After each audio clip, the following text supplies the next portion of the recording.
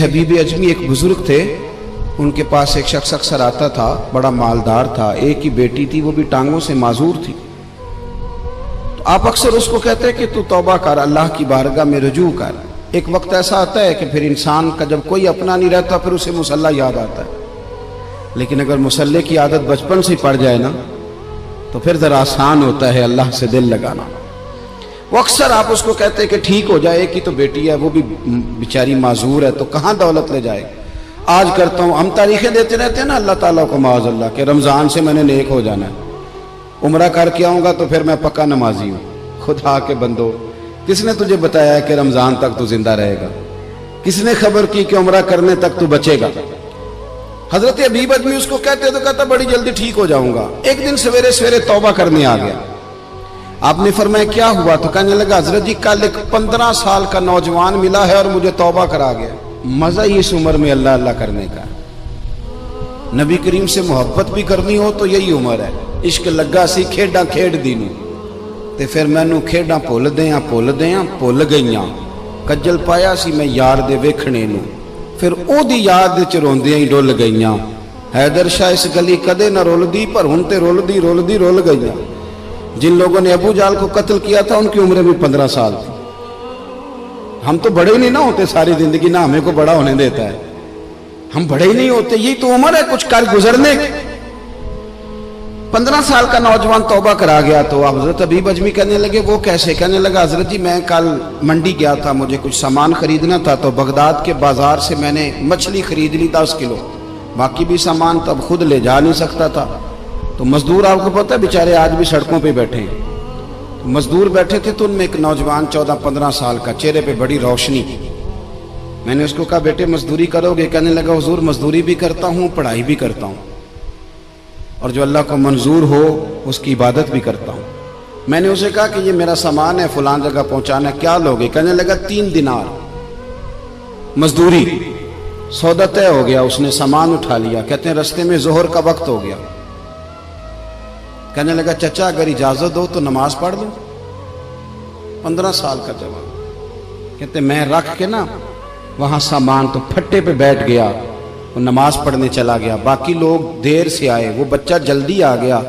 میں نے کہا بیٹے آپ جلدی آ گئے؟ کہنے لگے نفل چھوڑ دیے، آپ یہی نہ سمجھ لیں کہ کام چور ہے، میں بعد میں پڑھ لوں گا۔ کہتے ہیں وہ دوپہر کا وقت، رمضان بھی نہیں تھا، میں اس بچے کو نوجوان کو گھر لے گیا اور میں نے اپنی بیوی سے کہا کہ بڑا نیک ہے، نمازی ہے، اور راستے میں یہ بھی ہوا ہے کہ میں نے اسے ایک دفعہ کہا ہے کہ یہ مجھے تھوڑی دیر کے لیے دے دو، گرمی بڑی ہے، تمہیں پسینہ آ رہا ہے، میں اٹھا لیتا ہوں۔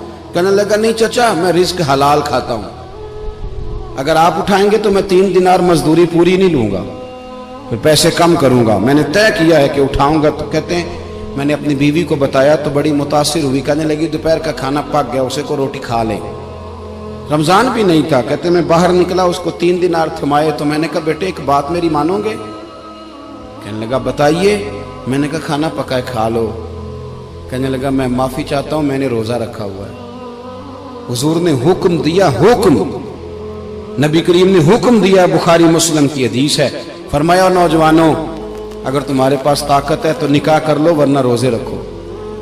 حکم دیا، یا نکاح اور یا روزے، یہ سرکار کا حکم ہے۔ بھائی نفلی روزہ نفس کی قوتوں کو کچلتا ہے، انسان میں نورانیت اور روحانیت لاتا ہے۔ کہتے وہ کہنے لگا میں نے روزہ رکھا ہے، میں اور متاثر ہو گیا۔ میں نے کہا اب کیا کرو گے؟ کہیں اور جانا ہے؟ کہنے لگا نہیں، میں جس دن 3 دینار کما لیتا ہوں پھر میں مزید لالچ نہیں کرتا، باقی وقت یا قرآن مجید پڑھتا رہتا ہوں یا نبی پاک پہ درود شریف پڑھتا رہتا ہوں۔ آپ بتائیں تو میں نے کہا کہ افطار میرے ساتھ کر لو۔ کہتے ہیں میں اسے مسجد چھوڑ آیا اور خود میں لوٹ آیا۔ افطار کے بعد میں اسے لایا، کھانا کھلایا، عشاء پڑھی، اس کا گھر دور تھا، میں نے ڈرائنگ روم کھول دیا، بیٹھک کھول دی، وہیں وہ سو گیا۔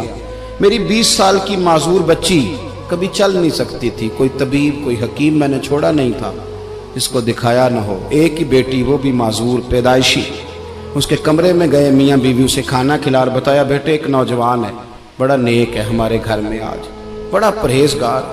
پتہ ہے حضور نے کیا فرمایا؟ نبی کریم فرماتے ہیں جب نوجوان اٹھ کے تہجد پڑھتا ہے نا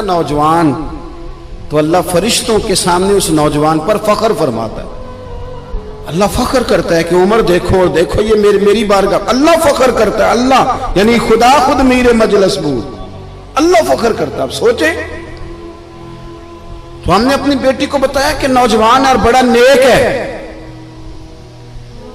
تو کہتے ہیں وہ کھانا کھلا کے ہم واپس آ گئے. آدھی رات کا وقت ہوا تو دروازے پہ دستک ہوئی. بچی اپنے کمرے میں سو رہی تھی, ہم اپنے کمرے میں, وہ بیٹھک میں. گھبرا کے اٹھے کہ اس وقت کون ہے دروازے پہ؟ تو بیٹی کہنے لگی ابا دروازہ تو کھولنا. کہتے ہیں دروازہ کھولا تو 20 سال ہو گئے تھے بیٹی کو, کبھی اس نے چل کے نہیں دکھایا تھا, کبھی دوڑ کے ادھر جاتی کبھی ادھر آتی. کہتی ہے الحمدللہ اللہ نے میری ٹانگیں ٹھیک کر دی.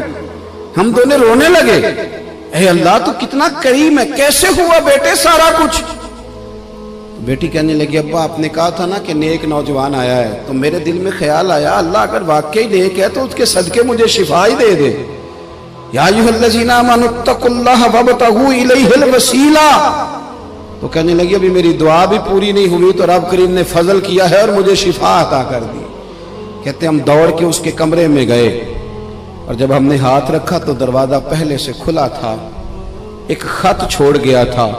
آج کل کے پیر کی کرامت ہوتی تو فیس بک پہ دے دیتا, باقیوں کو بھی ذرا بھول پتہ چلے. کہتے ہیں وہ خط چھوڑ گیا اپنے بستر پہ کہ اگر تم لوگوں کو مجھ سے محبت ہو گئی ہے تو میرے پیچھے نہ دوڑنا, اس رب کی بارگاہ میں جھکنا جس رب نے میرے اوپر بھی فضل فرمایا ہے اور آپ پر بھی کرم فرمایا. میرے نوجوان دوستو, یہ جو بچپنا ہمیں لوگ کہتے ہیں نا ابھی بچے ہو, ابھی جب آپ بالغ ہو گئے تو نماز فرض ہو گئی, سچ بولنا ضروری ہو گیا, رزق حلال کھانا ضروری ہو گیا, شریعت ساری کی ساری لاگو ہو گئی. ایک تو درگزر سے کام لیں, دوسرا اپنی زندگی کے اندر خواہشات کو چھوڑیں. سادہ کھانا تو ویسے ہی انسان کو تندرست رکھتا ہے. یہ جو چکر ہم نے ڈالا ہوا ہے نا مرضیاں کرنے کا, اب موٹر سائیکل بالکل اچھی بھلی ہوتی ہے پر سفارش یہ ہے کہ ماڈل پرانا ہو گیا ہے, تو یہ تو کمزور لوگوں کی علامت ہے.